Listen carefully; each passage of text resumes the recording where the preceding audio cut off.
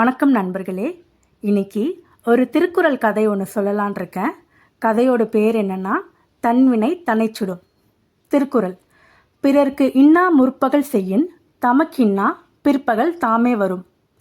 ஒரு நாளின் முற்பகலில் ஒருவருக்கு தீங்கு செய்தால் செய்தவருக்கு தீங்குகள் அன்று பிற்பகலுக்குள் தாமாகவே வந்து சேரும். ஒரு ஊரில் ஒரு விவசாயி பால் வியாபாரம் பண்ணிட்டு இருந்தார். அவர் என்ன பண்ணுவார் அப்படின்னா, பாலை கறந்துட்டு அதே அளவுக்கு தண்ணியும் சேர்த்து விட்டுருவார்.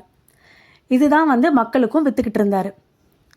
மக்கள் கேட்டால், பால் ஏன் தண்ணியாக இருக்குது அப்படின்னு கேட்டாங்க அப்படின்னா, மாடு பால் அப்படி தான் கறக்குது அப்படின்னு சொல்லிட்டு விட்டுருவார். இதனால் என்னென்னா நிறைய பணம் சேர்க்க ஆரம்பிச்சிட்டாரு. ஒரு நாள் என்ன ஆச்சு அப்படின்னா, அந்த பணத்தெல்லாம் எடுத்துகிட்டு போய் பேங்க்கில் போடணும் அப்படின்னு சொல்லிட்டு ஒரு ஊருக்கு போவார்.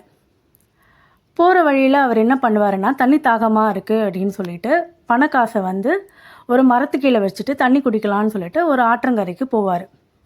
அப்போது அங்கே இருந்த குரங்குங்க என்ன பண்ணோம் அப்படின்னா, அந்த பண மூட்டையை எடுத்துகிட்டு போயிட்டு பாதி காசை நிலத்துலையும் பாதி காசு தண்ணியிலையும் போட்டுக்கிட்டே இருந்துச்சுங்க. இந்த பால் வியாபாரி அதை பார்த்துட்டு நிலத்தில் இருக்கிற காசெல்லாம் பொறுக்கிட்டாரு. தண்ணியில் இருக்கிற காசு தண்ணியிலே போயிடுச்சு.